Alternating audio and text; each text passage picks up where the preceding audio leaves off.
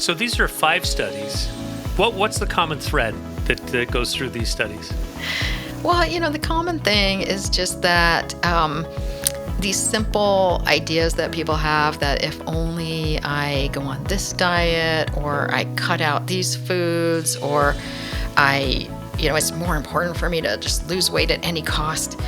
As long as I do that, then I must be healthier. And, these little studies that I brought to your attention just show that that's not true. In fact, the opposite can be true. Welcome to Fat Science. I'm Mark Wright, along with Andrea Taylor and Dr. Emily Cooper. It's great to see you two. Hi. Hello. All right, on the show this week, obesity research from 2025 that might shock you. We thought that we would have a sensational headline to try to reel people in. But these are kind of shocking, Dr. Cooper, when you look at kind of the common thread among these 5 studies. And it really ranges. And my favorite one is the one that validates that dessert is not the enemy. Yeah. Because Andrea, what have you been telling us about dessert for so many years? Everybody needs to finish a meal with dessert because dessert You have said is that. worthwhile. It's the way a meal should end, and you shouldn't deprive yourself of something that you want because mentally it's going to mess you up, and it's something that you want. So, why is that a bad thing? Like, if you want dessert, have it. And whether it's chocolate, as so many of my friends say it's not dessert if there's not chocolate, or for me, I always pick the fruit desserts. So I like to end my meal with something sweet and fruity.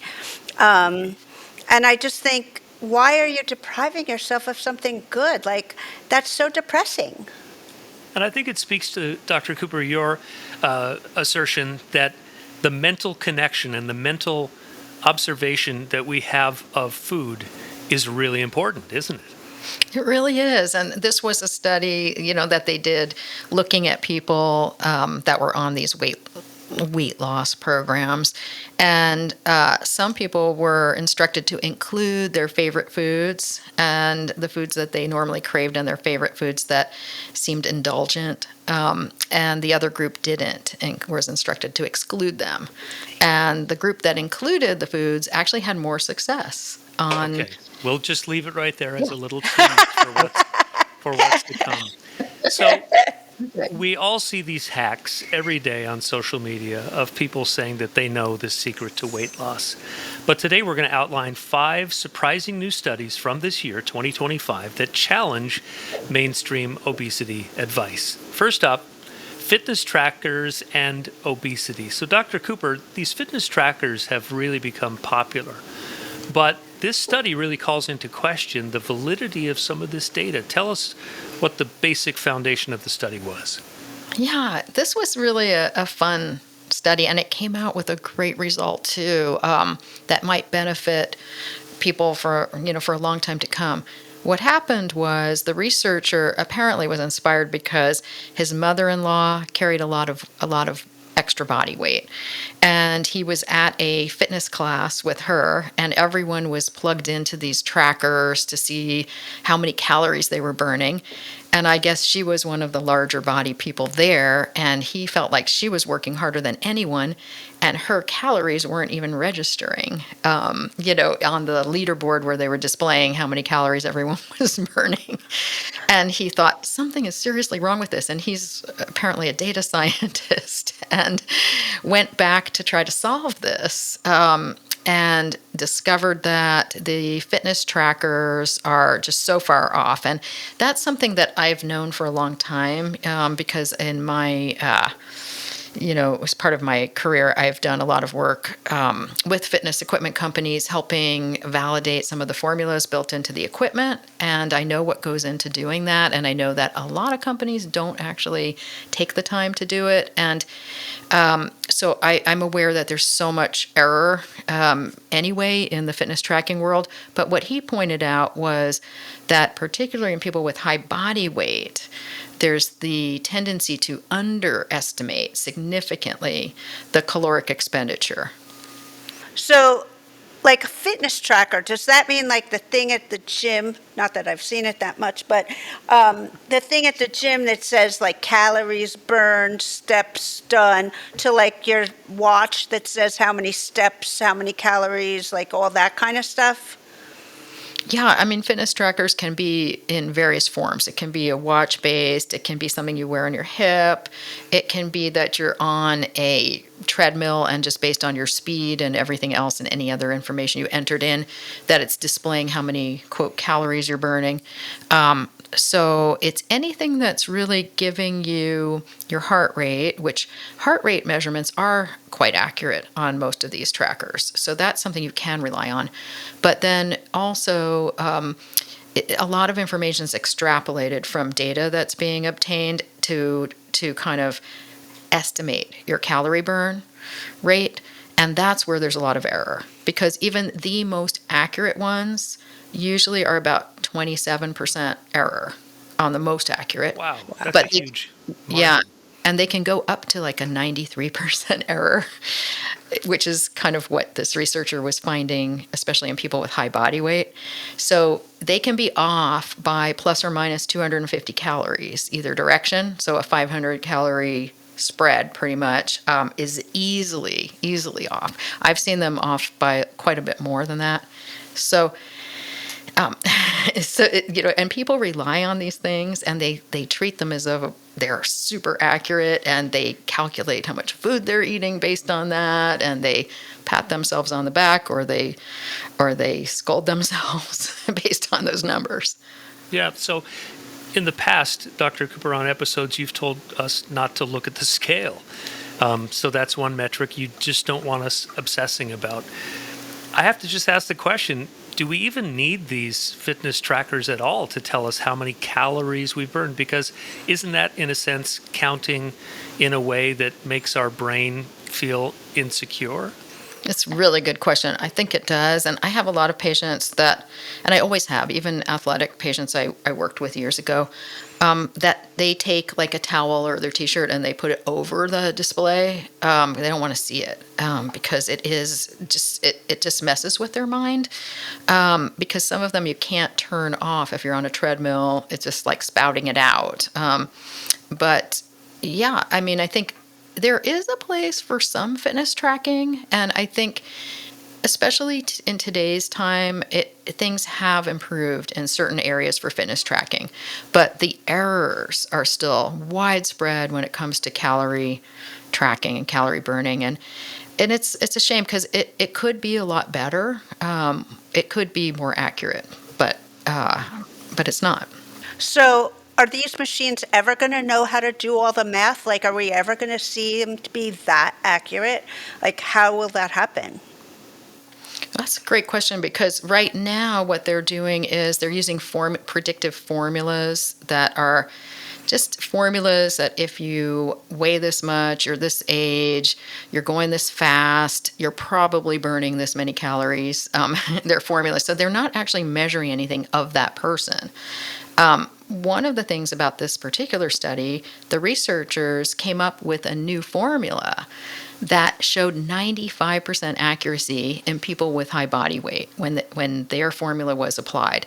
That is never seen in any group. So obviously, if you have thinking people and they're willing to test, their mathematical formulas using people of different body types, and enough people, they could potentially get this closer. But right now, what's happening is most fitness equipment companies might use a standard off-the-shelf formula that wasn't developed using people of different body types, different ages. None of that was done. And so maybe everyone's being compared to college-age males, which are the typical group where the initial research is done. You get some college-age males that can run, that can do all kinds of different intensities. You stick them on a treadmill with a gas exchange system that's measuring their calorie burning, do the settings at different levels, and then you take that information, extrapolate it for the whole entire population. It's just not a good way to do it. And when I have done this type of work for fitness equipment companies before, I've always encouraged them to include a variety of body sizes, enough subjects, and also different ages, different genders, different athletic capacities, just as much variation as you can within these different groups, because otherwise your formulas that the mathematicians develop are just not going to be reliable for almost anyone, really. That's Okay. that's because we all burn calories at different rates. Yes, a good point. Yeah, it's because we all burn calories at different rates. And the researchers for this particular study showed that one of the reasons why the numbers were off is people with high body mass have different biomechanics to move that mass. And they were wearing the trackers on their hip too, which made the tracker it was angled more when they were walking, so it wasn't picking up a lot. And so they found there were multiple issues that caused it to really misread that particular group. But I think that is the point. Everyone has so many different aspects of their movement dynamics and their metabolic dynamics that affects what they actually really are burning. So unless the fitness equipment companies run these studies with enough people, and they have serious researchers like this researcher was, that will really help refine the formulas in the equipment to get it more accurate for each particular group, then you're not going to have a good outcome. And one of the other problems that's driving the misinformation in the caloric tracking is that fitness equipment companies want to sell their products. So if you hop on one machine and it says you're burning X amount of calories per minute, and then you jump on another one and it says you're burning less than that, you're going to go on the one that says you're burning more, even though that one you might be burning less, because they may not have done proper testing, or they may have what are called fudge factors built in to the machine. I mean, that can happen where they did do the proper testing and they weren't satisfied from a commercialization standpoint, that they could sell the equipment with the accurate numbers. And I mean, nobody's going around monitoring this. Yeah, that's just crazy. And I've been on treadmills before, Dr. Cooper, and working really hard for like an hour, and it's like I burned maybe a Snickers bar worth of calories, and it's so depressing when Yeah. you look at some of these things and actually wondering if they're actually accurate. So the takeaway is fitness trackers can be inaccurate, and you might just consider ditching them altogether. That's Okay. true. All right, number 2. This study found, this is from the University of Illinois, found that incorporating desserts or craved foods into diets has an impact on the person. Andrea, people look at you sideways and have looked at you sideways for years when you order dessert after a meal, right? Well, they do usually get another spoon, though, because they're like, oh, They want well, to share it. they're like, as long as you're ordering, all right, okay, I'll join in. But I've always said, and this came from Dr. Cooper, it's like, because your brain, she sort of opened my mind, and then I read a lot of the stuff that she gave me, that said when that your brain is part of your metabolic system, which was, mind-boggling and mind-opening to me, that you have to, like, think about that that's part of it. So when you're depriving your brain and your brain is like all depressed about it, you're messing up your system. So make your brain happy, bring joy into your life, and it will help your metabolism. So I think of it that way. So I love it. There's now scientific evidence. that joy is part of your life. Joy is part of our life. And it's not like sitting there going, okay, let's bring in 10 pints of ice cream or anything like that. Yeah. But joy is part of your world, and deprivation is not part of my world. And when you bring in something that you want, which I think most people I'm not saying all people, because there are some people who don't want dessert, but at the end of a meal, a little something nice is a good A thing. little something nice. And let's face it, at the end of our lives, I don't think we're going to be sitting there on our deathbed if we have the opportunity to be on a deathbed and think, man, I should not have eaten so much Haagen-Dazs. Right. I don't think that thought is going to come through my mind No. anyway. But Dr. Cooper, the idea of forbidden foods is really what this study kind of looked Yes. at. So what was the point of the study, and what was the conclusion, that these forbidden foods are not actually as bad as we think? Well, that they actually facilitated better results. So they were saying that it was more optimal for this weight loss program and weight loss maintenance programs. It was more optimal the group that included the forbidden foods than the group that excluded them. And it was more optimal not only in a metabolic sense and their results, but it was also more optimal in their mental state and their emotional state and their future risk of weight regain and binge eating cycles. So we're opposed to diets in general as a way to manage metabolic dysfunction, but this is really good because it's showing that not making foods into this is a good food, this is a bad food, but thinking about what you're eating. And as long as you're eating all the food groups, like these seemed like they were a balanced type of a meal plan. But the difference was that one group was instructed to include the foods that they interpreted as these forbidden foods and foods that they might have a habit of craving, just include them in their diet every day. And the other group was told, yes, those are off limits. And so, And when you say diet, we should clarify. Does diet mean sort of a restricted number of calories that you can eat in a day? yeah, I mean, I think it's like that forced, like telling you to use your mind to decide, I am not going to eat, I'm only going to eat X amount of calories. Your conscious mind, there's nothing wrong with eating mindfully. We're not opposed to like being conscious while you're eating, like not eating mindlessly, just eating mindfully. But this is different. This is more like imposing a restriction on your body that says, I'm going to eat only this many calories, whether I'm hungry or not, whether I'm dizzy, I feel like I'm going to pass out, or I'm going to go exercise, I'm only eating this many calories. That's really like a forced restriction, which in our clinic, we advise against that.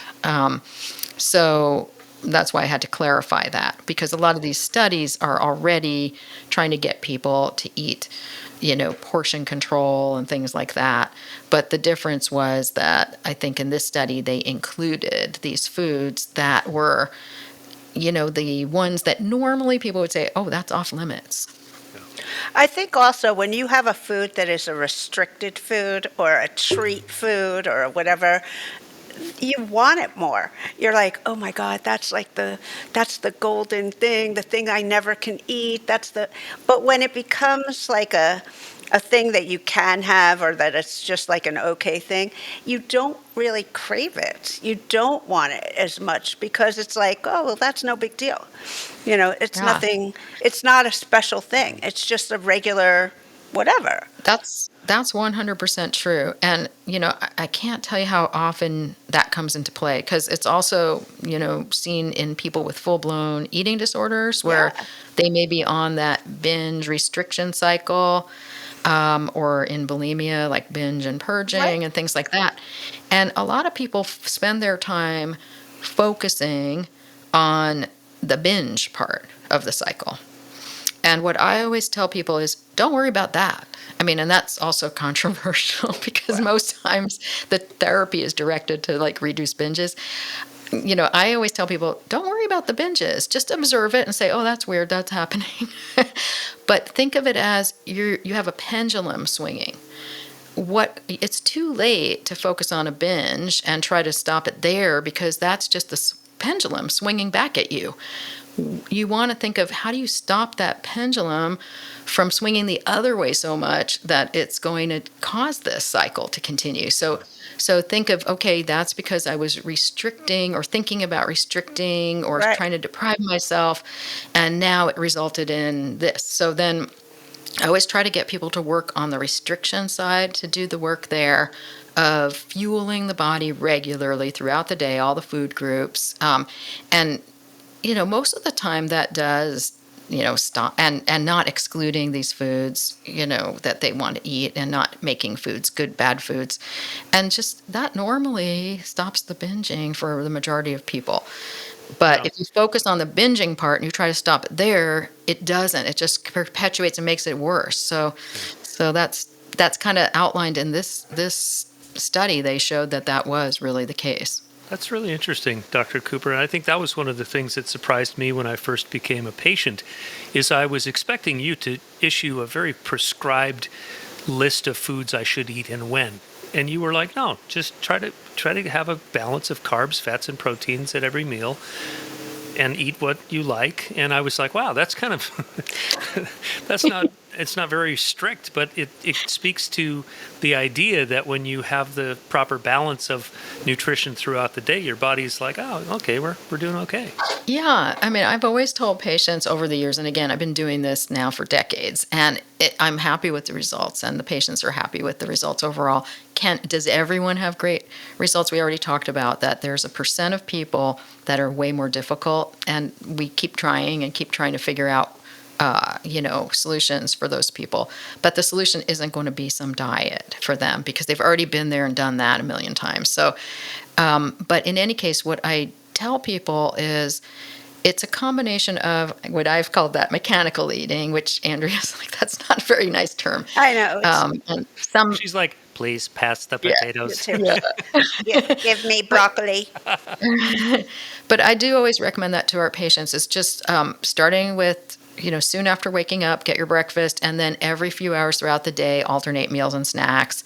Throughout the day, include all the food groups: starchy, carbs, protein, fats. Eat plenty of fruits and vegetables. Don't eat chemical additives in your food supply. So beyond those instructions, I usually say the rest is intuitive. So the mechanical part is just refers to the timing, the composition, and avoiding, the chemical additives where you can. The intuitive part is, what do you want to eat? What sounds good? And you go ahead and eat that. And the amounts that you eat are also intuitive on that plan. It's not saying don't eat this much or don't eat that much. We can tell sometimes when people are under eating, and I've told you that is a concern with some of the medications that we want to prevent under eating. Yeah. But this study was so cute. This one, showing optimal weight loss strategy should include dessert. But what was great also is early on, I had a patient, and she's in a copy of my book, which I'm hoping to do a new edition soon. But she is the one in the book that ate maple bars all the time. Oh, yeah. In order to get her metabolism back to normal. Because one day, we weren't getting anywhere, and she was really in that diet mindset. And I said to her, well, what food would you really want? Like, what are you craving? And she said, maple bars. And so I said, well, that's your assignment. You have to go get a maple bar, And she found, after she started eating the maple bars, that her weight was coming off faster. And I wasn't surprised, because I see this a lot. And so then she started making that a part of her regular diet. And she had so much success doing that. And I have another patient that went on our show, Mark, the news show that you were anchoring before, where we did a segment. Mm-hmm. She went on there to tell her story once. And her thing was these cookies that she would eat at night. She would wake up at the same time every night. And she had leptin problems that we realized, and that we thought it was related to that. And no matter what she did, she kept waking up at that time. And then she just would have a cookie, and she'd try to brush her teeth again after that. But she did that regularly, and she had so much success over the years. And so it's you never know what will happen. But if you think about it, remember we've talked about leptin and ghrelin. And ghrelin, The hunger hormone. yeah, ghrelin, nicknamed the hunger hormone, from your stomach. It kind of sometimes doesn't make you feel hungry, but sometimes it does make you feel very hungry. But it broadcasts to your brain that your body's too hungry. And so if you eat certain thing, if you exclude things, science has already shown that it makes your ghrelin go up if you're thinking that you're depriving yourself. Your ghrelin can go up. That has already been shown, and we've talked about that milkshake study. But then also leptin, not even if you, it's not just that you're thinking, but by actually depriving yourself, your leptin will go down, And so having that cookie, having that whatever it is that makes you happy, it calms those hormones down and it proves to your body that you're willing to be flexible about your food. Because if your body starts being concerned that you're going to be so rigid, it really can't rely on you to keep it out of a famine state, out of a perception of starvation or that it needs to conserve energy. Okay, this is awesome. Intermittent fasting has a connection to hair loss. This Yeah. really made me perk up because I know so many people who do the intermittent fasting. Me too. And who Yeah. would be worried about hair loss. Yeah, and I wasn't really surprised by this because hair loss is one of like the big complaints that you get from people in general. Um, but if you look at like patients with any kind of food restriction, hair loss is a concern because there can be just nutritional deficits and other things. But this was really interesting because they showed more of the mechanism of it, how the intermittent fasting was actually creating the body to utilize fatty acids for energy, and the fatty acids were kind of like toxic to the hair follicle stem cells, and so it was disabling them from actually functioning, and so it led to an 18% reduction in hair growth. Wow. So So instead of burning carbs that you should be eating, it was finding other sources of calories and burning those. right. And it's part of like when you're in a energy deficit, you start to turn to these alternative fuels, and that's fine. But if it's extreme, it could cause problems because what they found was that those hair follicle stem cells can't use that fuel. That's not something that they're set up to be able to use. And so that was responsible for the hair loss. And once I saw that, I realized that's probably a similar mechanism in some of the patients I used to work with that had full blown anorexia nervosa. And some of them lost Right. all their hair. Oh, wow. And so I bet that's part of the same mechanism due to starvation, basically. That is really interesting. So one more reason not to do intermittent fasting, but Right. I know we may get some people pushing back on this, but once again, Dr. Cooper, what does the science say about intermittent fasting and how it relates to weight loss and Well, metabolism? there's a perception that intermittent fasting is good for the metabolism just based on short term studies. And I can understand that, why people would think that. But when you look at over long term, there can be a lot of issues that develop in terms of the hormonal function. Again, those same hormones plus more, leptin, ghrelin, and others, that can start adapting to this energy deficit period and slowing that metabolic rate down. So that's why in the past we talked about in the 1840s how intermittent fasting, or was it? Yeah, 1840s is when it first developed, and it became popular, and then it fell out of favor because the fasting periods were having to increase over time in order to see the same quote results. And not only that, recent research has shown that during the fasting periods it may look like there are favorable changes in glucose and insulin balance, but in the fed state periods, the insulin and glucose are thrown way out of balance compared to where they were at baseline before the intermittent fasting started. So by restricting those, creating those fasting periods, it's like almost like it's detraining your system on how to utilize the fuel and how to efficiently match your glucose and insulin together. And so there have been quite a few imbalances that have been demonstrated during the intermittent fasting cycles during the fed state period. And then following intermittent fasting, there's also been, when you go back to a normal diet, there's been evidence of alteration in glucose and insulin that's really not favorable. So my feeling on it is, again, it's risky. I know people say they feel great doing it and they feel like it's good for them. I'm not against anyone doing whatever they want to do.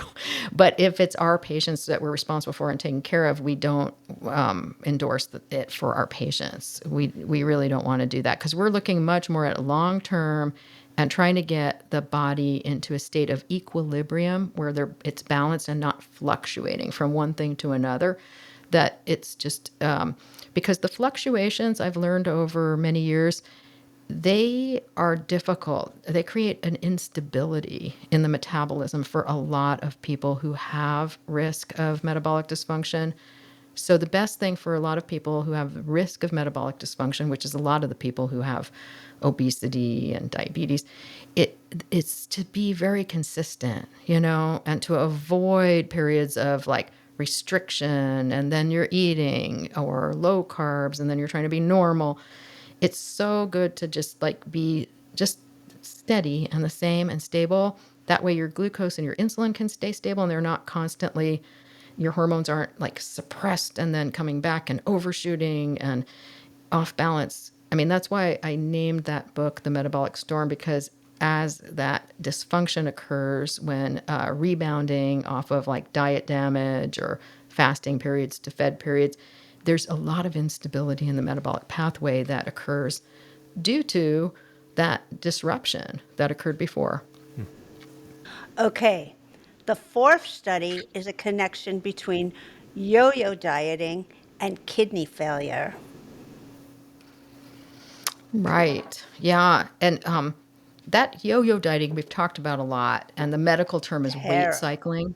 Oh, Yeah, weight cycling. And weight cycling. That's more yeah. formal. We call it yo-yo dieting. And that's what, Andrea, you've talked about that so many times on the Because show. I've Y- been a big yo-yoer, Yeah, you would lose a up lot, and down. gain Yeah, it back and then some, lose a lot, gain it back and always. then some. Yeah. Always gaining it back with extra. Wow. Yeah. Yeah. So this is interesting, isn't it, Dr. Cooper? This is some kidney failure risk, even in people who don't appear to be obese, right? Yeah, it was even, I mean, the study was really mainly on, there were a couple of them. One was on type 1 diabetic patients that suffered from kidney damage that was thought to be due to the weight cycling. And then it was extrapolated out to just general public who does the yo-yo dieting or weight cycling is prone to kidney damage too. And so they were looking at the various mechanisms, but we know that weight cycling is associated with so much risk potentially. And the risk has been seen mainly in women. But I don't know if that's just because of the studies that were done may have been in women, but also the risk is the highest in people who are closer to a normal weight that do it. So that's interesting too. But the weight changing from like 5% or more up or down within a short period of time, like a year or two, and having those cycles, that's associated with a lot of detrimental potential effects. And so one of the areas that I wasn't aware of is the kidneys that are, definitely at risk. So we always hear about cardiovascular risk being associated with weight cycling, fatty liver risk, but I hadn't until now heard about the kidney risk that's associated. And it was pretty significant to the point of, kidney insufficiency, kidney function deterioration, and kidney damage. And so it's thought to be due to the fluctuations that are behind the weight cycling affect our cardiovascular system. So our cortisol, the fight or flight chemicals like epinephrine, and that affects the kidney's circulation quite a bit. And so you're getting constriction of blood flow to the kidneys, which is about the worst thing that can happen to the kidneys. And because kidney cells, once they're damaged, they don't recover typically. And so it's very dangerous to cut off blood supply to the kidneys. And so there were several mechanisms they talked about. Some of them are pretty technical, kidney related, that I didn't really follow all the way. But most of it was due to the cardiovascular system fluctuations. and Yeah. changes in the blood pressure. Yeah, when you have high blood pressure, that's a really typical result, isn't it? Kidney damage if you Yeah, have sustained high blood pressure for a long time. definitely. And when you're talking about 5% weight loss, like 5% of your body weight, that's not that much. Yeah, it's I not mean, much. for people like me, 5% of your body weight, I mean, that's not that much. Because, like, if let's say, okay, like on a 150-pound person, which I'm like, oh, that's not very much weight. Like, that's only, that's Yeah. not that much weight. That's No, if you're like seven and a half That's pounds. pounds. Yeah. like Uh, seven yeah, pounds. I mean, that's like, and that's what that's yeah, a, and that's what they were saying is 5% was the minimum. Below 5%, I think it was greater than 5%. It was right at that 5% cutoff, but then below that didn't seem to be associated with as much issue. But yeah. what I've seen in past literature is that if you have people with obesity, it isn't as dramatic of a risk as it is people who are in the quote overweight range that do it. So, and we see so many people in our society, just they live on it, they live on a diet, Right. I mean, on and off of various people diets. who are losing and gaining, 40, 50, 60 pounds up and down. That's a, And even those who are doing 10, 15 pounds at a normal yeah, weight, right. that do that. So Wow. once again, it's stability, weight maintenance is so much healthier, and that's why I have a little bit of an issue with the medical community that keeps saying that you're going to be healthier if you lose 5% of your body weight, without mentioning it matters how you lose it, and it matters if it's part of a weight cycling process. It isn't healthy, and so that's not a great message that comes from the medical community. So, so anyway, this was another reinforcing study about those detrimental effects of the yo-yo dieting, weight cycling. Okay, our last study, our fifth study, um, we're staying in that vein of weight cycling, yo yo dieting, and a study that suggests there may be a permanent impact in terms of the brain and the microbiome connection, that even one round of dieting can rewire the brain and the gut. So I think we should start on this one, Dr. Cooper, by discussing that brain gut connection and how vital that is to metabolism. Yeah, it's this one's really interesting, and this is a really interesting field that's just been exploding over the last few years, the microbiome and its impact on our metabolic health, our cardiovascular health, our neuro health, neurocognitive. So, but this really is interesting that they were noting that the weight cycling episodes cause deterioration or damage to our microbiome. And the damage to the microbiome affects our metabolism in a way that favors weight regain because it promotes the growth of obesogenic organisms in our microbiome.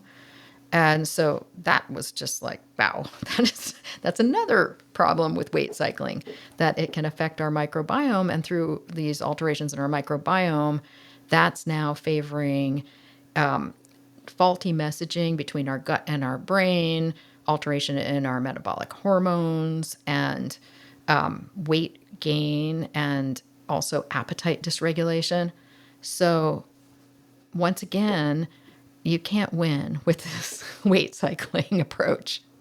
But it stands to reason, doesn't it? And this is, I don't have a scientific background, but from an evolutionary standpoint in history, when our ancestors went through periods of famine, those changes that took place in the body were to make our body remember that the next time that there was a famine, there was an automatic response of slowing the metabolism, storing fat, so that we could survive. I mean, does that stand to reason scientifically? Oh, totally. I mean, I think it's great that you made that observation because you can't stop thinking about that. That's the underlying cause of all of these things that happen when people, are either legitimately starving or they're putting themselves through something that is causing their body to perceive that they're starving. It's all going to end up in the same place. And it's for the very reason that you just mentioned. that we are biologic organisms, and it's not just about us. I mean, we're one generation. We've got other generations to follow us. We're a species, that is trying to survive on the planet. And so it's survival of the fittest. And part of being the fittest is being able to really manage our energy conservation during times of perceived famine or actual famine. So, Dr. Cooper, when you've looked at yo-yo dieting, I guess the question is the damage permanent? Every time that someone loses weight, gains weight, loses weight, gains weight, does it become sort of more ingrained in the metabolism in terms of the you've called Yeah. metabolism stubborn in the past? Unfortunately, it does. Unfortunately, it does, but we have hope because of the pharmacologic, pipeline that, believe it or not, a lot of why we need the pharmacologic pipeline is to repair some of this damage caused by these diets and the weight cycling. And people overlook that because they think, oh, it's just to correct the number on your scale, or it's just because you don't know how to stay on a diet, this medicine's going to help you stay on a diet, which is really insulting and ridiculous.